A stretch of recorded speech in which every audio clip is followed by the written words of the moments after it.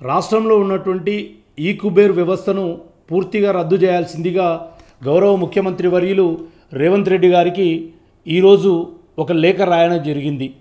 ఈ లేఖలో ఈ కుబేర్ వ్యవస్థను రద్దు చేయడంతో పాటు రేపు దసరా సందర్భంగా పెండింగ్లో ఉన్నటువంటి 3 డిఏలైనా వెంటనే ప్రకటించాల్సిందిగా నేను వారిని సహృదయంతో కోరడం జరిగింది. ఎందుకంటే రాష్ట్రంలో ఉన్నటువంటి సంబంధ వర్గాలకు మేలు చేస్తున్నటువంటి గౌరవ ముఖ్యమంత్రి గారు ప్రభుత్వం ఇచ్చే స్కీములు ఏవైతే రైతు రుణమాఫీ, రైతు భరోసా లాంటివి ఈరోజు ఉచిత కరెంటు అంటే 500 రూపాయల సబ్సిడీ లాంటివి ప్రభుత్వ ఉద్యోగులకు ఎక్కడా కూడా లభించడం లేదు.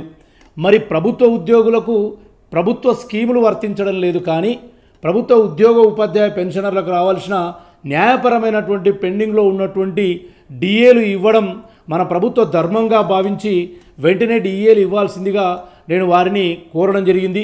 అదేవిధంగా ఈ లేఖలో చివరగా ఇప్పటికీ రాష్ట్రంలో ఉన్నటువంటి కొన్ని వేల మంది తాము పెట్టుకున్నటువంటి ఉదాహరణ తాము దాచుకున్న జెడ్పీజీపీఎఫ్లో పార్ట్ ఫైనల్స్ కానివ్వండి, టీహెచ్జిఎల్ఐ విడ్రాల్స్ కానివ్వండి, మెడికల్ రియంబర్స్మెంటు అంటే ట్రీట్మెంట్ చేయించుకొని ఖర్చు పెట్టుకుని రియంబర్స్మెంట్ కోసం ఎదురు చూస్తున్నారు. ఇవన్నీ అంశాల బిల్లులు, సరెండర్ లీవులు కానీ, రిటైర్మెంట్ బెనిఫిట్స్ కానీ చాలా ఇవాళ ఈ కుబేర్లో కానీ వివిధ ట్రెజరీలలో పెండింగ్లో ఉన్నాయి.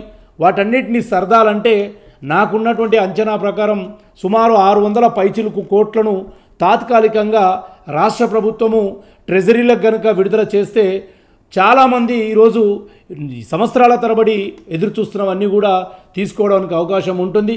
కాబట్టి గౌరవ ముఖ్యమంత్రి గారిని నేను సవినయంగా వేడుకుంటా ఉన్న ఈ వీడియో ద్వారా వెంటనే ఉద్యోగ ఉపాధ్యాయ పెన్షనర్లపై కనికరించి లేదా మనసు పెట్టి వాళ్ళు కూడా మన గెలుపులో లేదా మన ప్రభుత్వం ఏర్పాటులో కీలక పాత్ర పోషించిన విషయాన్ని గ్రహించి దసరా వరకు వారికి ఒక తీపి కబురు ఇవ్వాల్సిందిగా, ముఖ్యంగా ఈ కుబేరు వల్ల గత ప్రభుత్వం తీసుకొచ్చిన ఈ కుబేరు వల్ల చాలా నష్టం జరుగుతూ ఉంది. చాలా అప్రతిష్ట పాలైంది గత ప్రభుత్వం.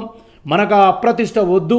మనం గత ప్రభుత్వంలో ఒక బిల్లు సబ్మిట్ చేస్తే ట్రెజరీ నుంచి బ్యాంక్ అకౌంటు ద్వారా ఇన్కంబెంట్కి వెళ్ళే అవకాశం గతంలో ఉండే.